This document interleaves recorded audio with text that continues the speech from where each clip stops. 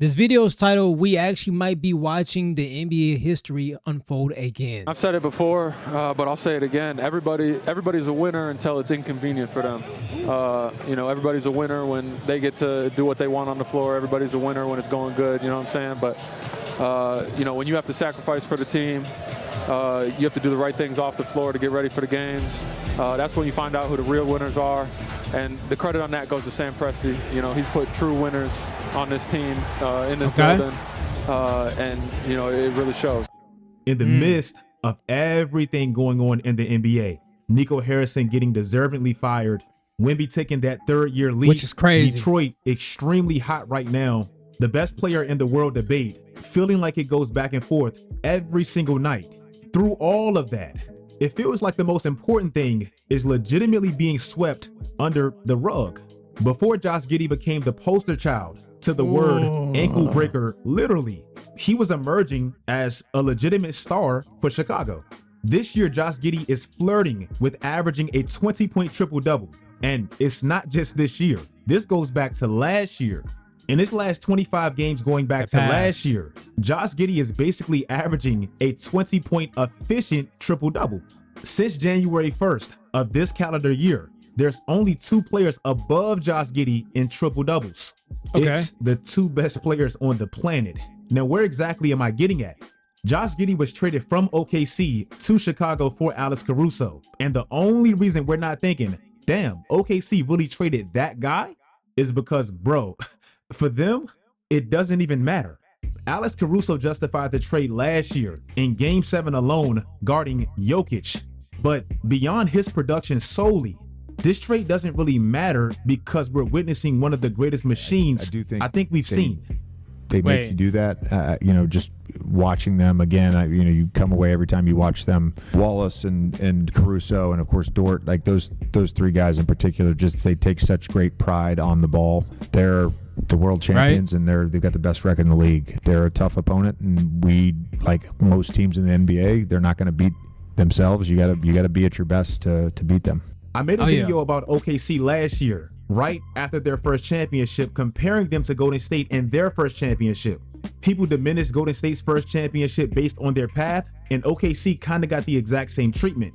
Oh, that's big. That's big talk. You saying you're comparing them already? You think they got a dynasty going where they're able to build some and continue winning championships? Oh, snap. But even at that time, I had no clue how similar they actually were, and how, bro, we're actually watching the next dynastic team. In 2015, when Golden State won their first championship and Steph won his first MVP, Steph's numbers weren't the sexiest. That's mainly because this man sat 24th quarters because they annihilated everyone. The following season, even in the midst of one of the greatest seasons we've seen from him and them, do you know how many fourth quarters he sat? 21. Damn. Last season, even through Shea having one of the best guard seasons we've seen, do you know how many fourth quarters he quietly sat? 17. This season already, he sat 6 out of 13 fourth quarters, and he's on pace to miss 38 of them. And that's gonna actually help preserve the man's body too. The history of the NBA, these are the MVPs that played the least amount of minutes per night. Steph at that time, pre-Giannis, was first. Even his back-to-back MVP year, he was still top 5, top 6. Last year, Shea was right below Steph. And this year, if he happened to win it again, this is where he'd be. Golden State's mantra at that time was strength in numbers. And I'm telling you, OKC, they've taken it to another level. Together as a team. Okay. We're out here, we play with energy, we play hard, we play for each other. Today's video is sponsored by SeatGeek. Basically, add to see your SeatGeek advocates. Their own They love each other. You have to understand roles. They definitely understand their roles. They got their top dog, they got their number 2. Everybody come in, they know their role. From Shea, no disrespect, tonight was the first time I seen 23. I actually kind of mess with this because this is a dope breakdown. Plus, on top of that, you kind of get a early assess of like idea of what teams are destined to be able to do. You know what I'm saying? Just by the numbers and the consistency itself. I mean, they had a hell of a run last year for the championship. And OKC definitely can have the chance to get it again. You know what I'm saying? If they just continue to build what they're doing. To Brooks. Everyone knows their role. And that's the way it has to be. Draymond Green said this last year, and well, you can see him changing because he can even see now this is one of the deepest teams we've seen. Remember last year, there was this narrative around this team not being able to win it all because they didn't have a secondary proven star. Well, that secondary star last year in the playoffs, he proved how valuable he was when it mattered most. Western Conference Finals last year, Game 4. OKC just got blown out by 40. Game 4 is actually a close game in Minnesota. Jalen Williams scored 34 points, and 14 of those came in the fourth quarter when they absolutely needed it. Game 5 in the finals, series tied 2 games apiece. An extremely significant Game 5. J-Dub scores 40 points and stepped up when needed most. OKC is currently without that guy, and the team legitimately hasn't missed a beat. Last year, OKC drafted AJ Mitchell in the 2nd round, and I'll be honest, I didn't know too much about him. Even through their dominant season last year, it just felt like he blended in with the rest of their extreme depth. But since his number's been called this year, Sam Presti is actually making his case for the best GM I've seen. He's getting a remarkable number of minutes in games for a guy that was just a 2nd-round pick out of Northwestern. And this is the thing. Now you can't really box out a player and not give them a chance to shine. Like a lot of these players, they can be coming off the bench and all of a sudden start having consistent games just because they're getting in there and getting minutes.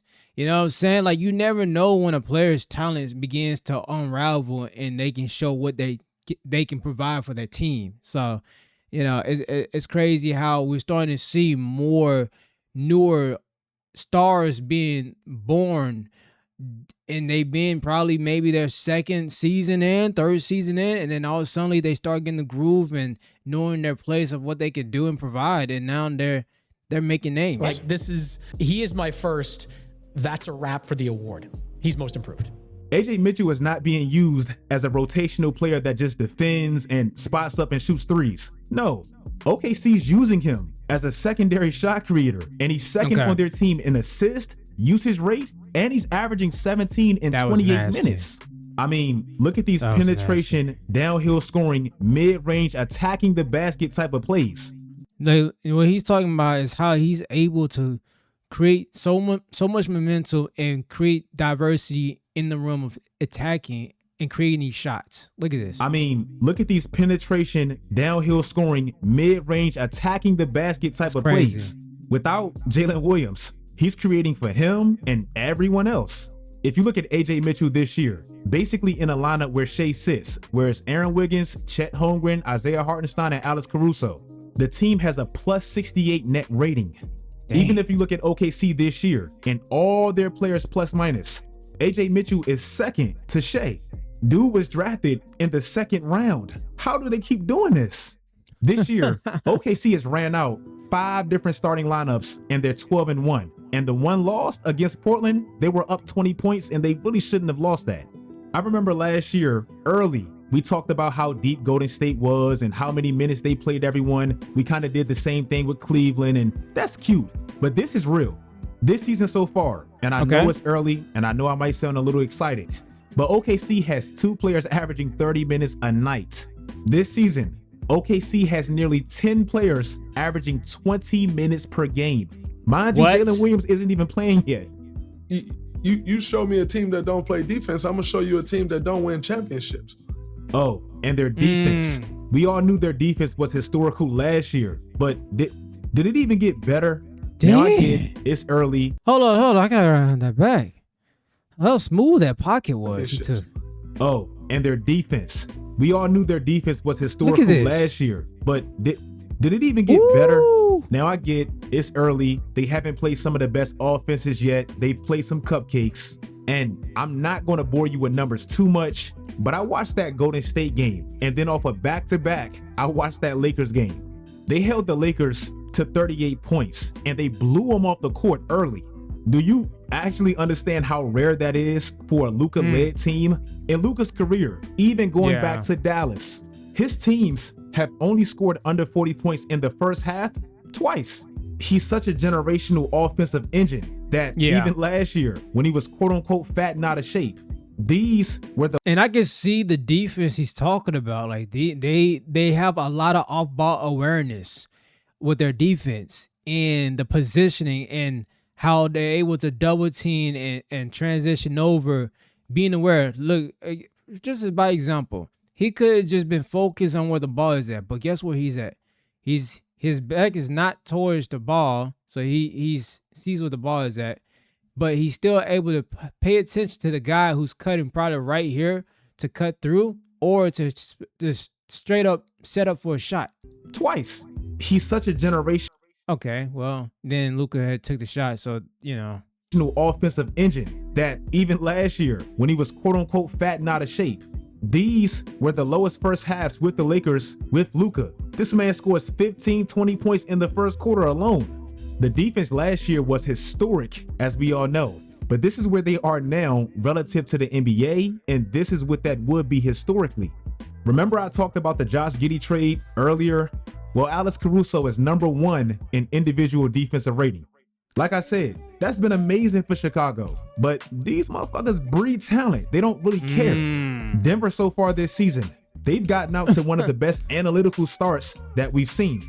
Jokic finally has help. He's the best player in the world to me with Giannis. He has a backup center. They made fantastic moves.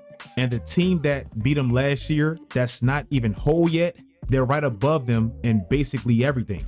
Then the kicker with this OKC team is how beautifully set up they are for the future. Philly, they look pretty decent this year, so OKC can have their 2026 first round pick next year. The Clippers, they're bad and old, and by 2027, they're probably going to be rebuilding, and OKC gets to swap that pick. The Mavericks, they are unloading everything most likely. Anthony Davis probably will be gone, and they're building everything around Cooper Flag. In 2028, OKC gets to swap that pick. Bro, and think about it. Right now, in 5 years, bro, a lot of the vets that we see playing right now are probably going to not be playing. Think about that. LeBron in 5 years won't be playing. Steph Curry might not be playing. And it's going to shift so many, like, teams. Like, it's hard to keep up. I'm not even going to front with you guys. It is hard to keep up in NBA. Let me know in the comment section. Do any of y'all can keep up with this shit? Because I can't. That is too many teams, man. Too many players.